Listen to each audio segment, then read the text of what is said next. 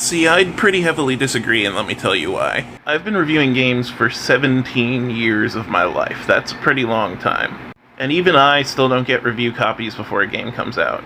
PR firms will blacklist you if you give one of their games a bad review. Day one reviews tend to get more hits and make more money, so PR companies will usually give review copies to reviewers that they know will review the game positively. If you give a game anything lower than a 6, it's going to be hard to get a review copy from certain firms.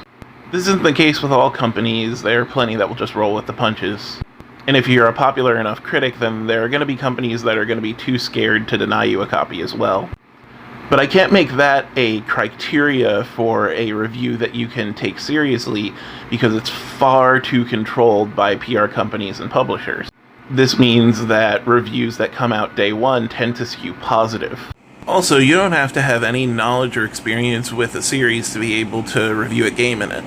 In fact, sometimes outlets will choose someone with no experience in a franchise just because it will get fresh eyes on it. The experience of someone who is completely new to a franchise or series of games is just as valuable as the experience of someone who is a vet. And veteran reviews also tend to skew positive. Finally, hot take, you don't even have to be good at a game to review it. The reason for this is video games aren't just made for people who are good at games. They're made for everyone. They're made for people who suck at games too. And those people also need people to review the games for them. They're going to have a very different experience than the person who can destroy a game without even thinking about it. And that's going to impact their decision to buy or their decision to play. Video games aren't just sold to people with skill, they're sold to anyone who picks up a controller.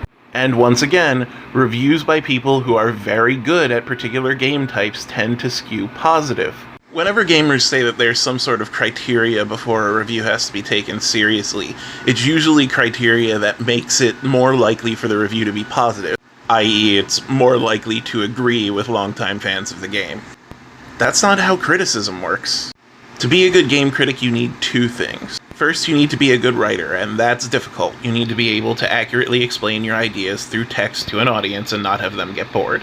Second, you need to be able to critically analyze a piece of media, specifically interactive media, video games in this case. That means taking notes, that means being aware of the particular history of this game, even if you haven't played it. That means understanding mechanics and controls, even if you're not good. It means understanding the implications of how a game is designed. But in the end, if you have these two things, game reviews are just your opinion. Like, literally, that's what we're paid for. We're paid for having an opinion that other people can read. There is no objectively right or wrong game review. And in that sense, there is no game review that is objectively more or less valid.